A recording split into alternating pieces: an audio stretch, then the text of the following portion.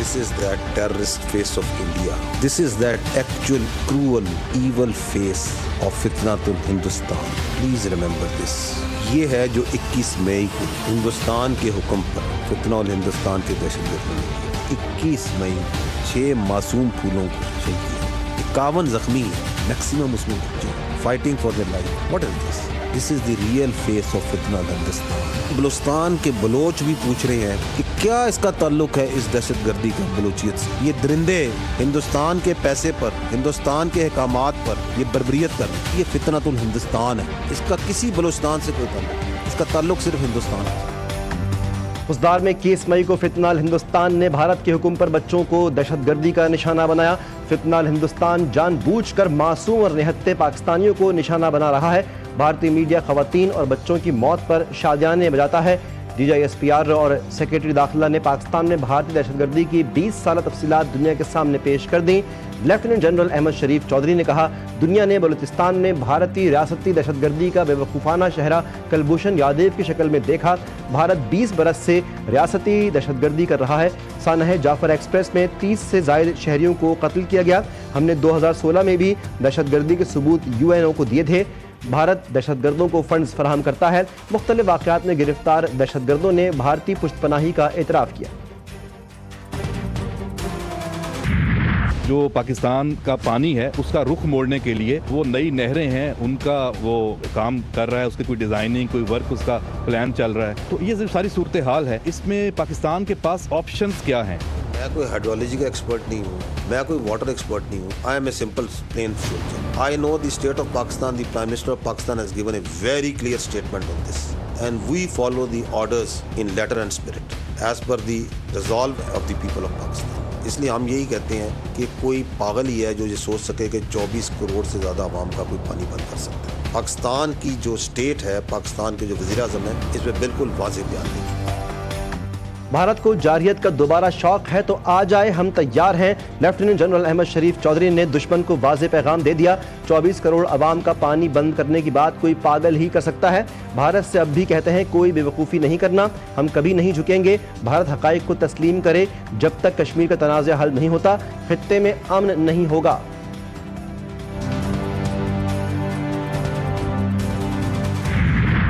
As media need to unmask their real face. وہ جو آپ بات کر رہی ہیں BYC کی, مارنگ بلوچ کی, انماسک کریں ان کا مسخ شدہ ایول شکل جو کہ ان کے ہیومن رائٹس کی بات کرتے ہیں. دہشت گرد کی نہ اس کا کوئی انسانی سے تعلق ہے, نہ مذہب سے تعلق ہے, نہ اس کا ہیومن رائٹ سے کوئی تعلق. وہ جو تصاویر مسنگ پرسن کی لے کے پھرتے ہیں, جب یہ دہشت گرد مارے جاتے ہیں تو ہم ان کے DNA کراتے ہیں, شناخت کراتے ہیں. ان میں سے آدھے تو جو ان سے ان مسنگ پرسن کی لسٹ میں جن کو لے کے پھرتے ہیں. جعفر ایکسپریس کا واقعہ ہوتا ہے, دہشت گردی ہوتی ہے, معصوم لوگوں کے اوپر حملہ ہوتا ہے نا. Who is she and who are they کہ جی آ کے کہیں کہ ہمیں دہشت گردوں کی لاشیں دیں. یہ تو ان کے لواحقین کو جائیں گی, اسٹیٹ پروسیکیوٹ کرے گی, اسٹیٹ کا ایک پروسیس. مارنگ بلوچ دہشت گردوں کی پراکسی ہے. یہ لوگ احساس محروم کا کھوکھلا نعرہ لگاتے ہیں. مارنگ بلوچ جیسے کرداروں کے چہرے سے نقاب اتارنا چاہیے. یہ جو انسانی حقوق کی بات کرتے ہیں تو انہیں جان لینا چاہیے کہ دہشت گردوں کا نہ تو انسانیت سے تعلق ہے, نہ مذہب, اور نہ ہی انسانی حقوق سے. ان کے ساتھ وہی سلوک کیا جائے گا جو کوئی بھی اسٹیٹ دہشت گردوں کے ساتھ کرتی ہے. یہ بات بالکل واضح ہونی چاہیے, اس میں کوئی شک نہیں. DGISPR بولے, کوئٹہ سے زیادہ بلوچ کراچی اور پنجاب میں ہیں. بلوچ ہمارے بھائی اور ہمارے دل کا ٹکڑا ہے.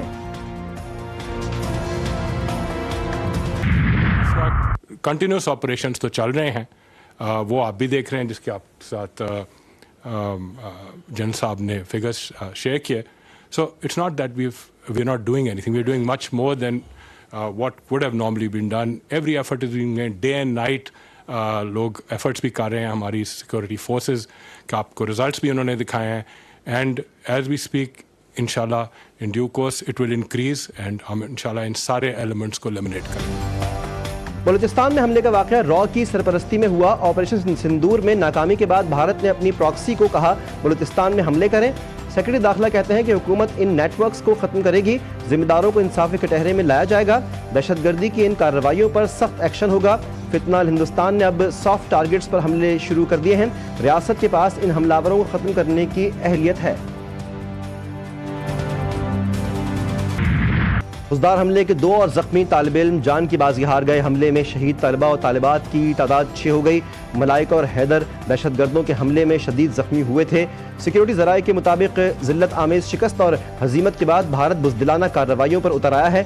معصوم بچوں کے خون کا حساب فتنہ الہندوستان اور ان کے ہندوستانی آقاؤں سے لیا جائے گا۔ بلوچستان کے تعلیمی اداروں میں شہید بچوں کے لیے دعائیں، شہداء و خراج عقیدت پیش کیا گیا، شمعیں بھی روشن کی گئیں۔ 10 مئی کو افواج پاکستان نے بہترین حکمت عملی اور دلیری سے بھارت کو شکست دی، جس کو دشمن قیامت تک یاد رکھے گا۔ وزیراعظم شہباز شریف کا مری روڈ انٹرچینج جناح اسکوائر کی افتتاحی تقریب سے خطاب، کہا کہ بھارت کے خلاف فتح پوری قوم کے اتفاق و اتحاد کی بدولت ممکن ہوئی۔ بھارت کو شکست دینا اللہ کا خاص انعام ہے۔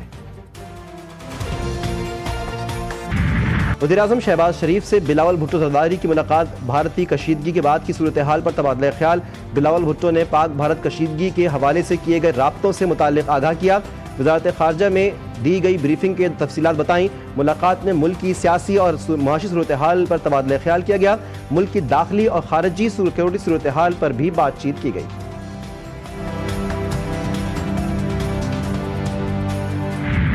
پاکستان نے بھارتی وزیراعظم کے الزامات کو بے بنیاد اور اشتعال انگیز قرار دے دیا۔ بھارتی وزیراعظم کے بیانات بین الاقوامی قوانین کی سنگین خلاف ورزی ہیں۔ ترجمان دفتر خارجہ کا کہنا ہے کہ بھارتی وزیراعظم کے بیانات علاقائی کشیدگی بڑھانے کی کوشش ہیں۔ پاکستان دہشت گردی کے خلاف عالمی کوششوں میں فعال شراکت دار ہے۔ اشتعال انگیز بیانات سے خطے میں امن کو خطرہ لاحق ہے۔ اقوام متحدہ کی سلامتی کونسل کی خضدار حملے کی شدید مذمت، حملے کو بزدلانہ اور ظالمانہ قرار دیا۔ کھوکھلی تقریریں کرنا بند کریں اور میرے سوالوں کے جواب دیں۔ کانگریس رہنما راہل گاندھی نریندر مودی پر برس پڑے۔ اپنے آفیشیل اکاؤنٹ پر بھارتی وزیراعظم سے سوال کرتے ہوئے کہا، آپ نے ٹرمپ کے آگے جھک کر بھارتی مفادات کی قربانی کیوں دی؟ مودی جی صرف کیمروں کے سامنے ہی کیوں آپ کا خون کھولتا ہے؟ آپ نے بھارت کی عزت پر سمجھوتا کیا۔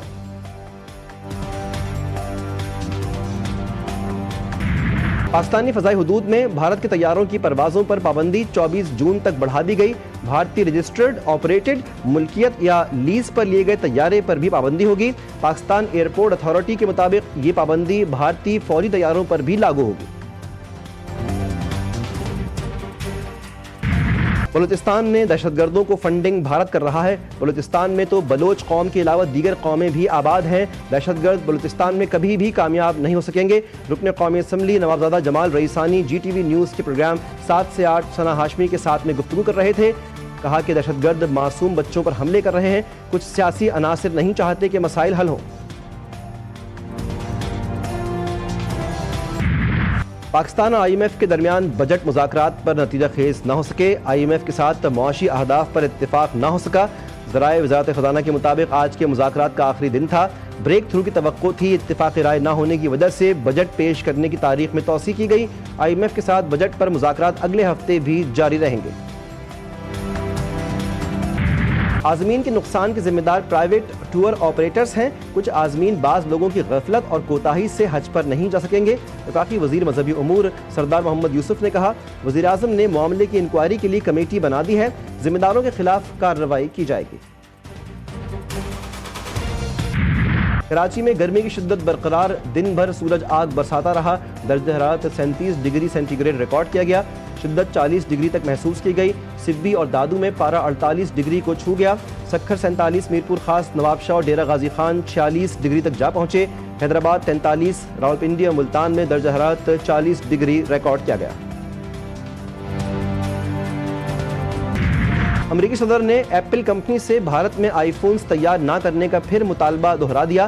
ٹرمپ نے کہا کہ آئی فونز صرف امریکہ میں تیار کیے جائیں، بھارت میں نہیں۔ بھارت میں فونز کی تیاری جاری رکھی تو 25% ٹیکس دینا ہوگا۔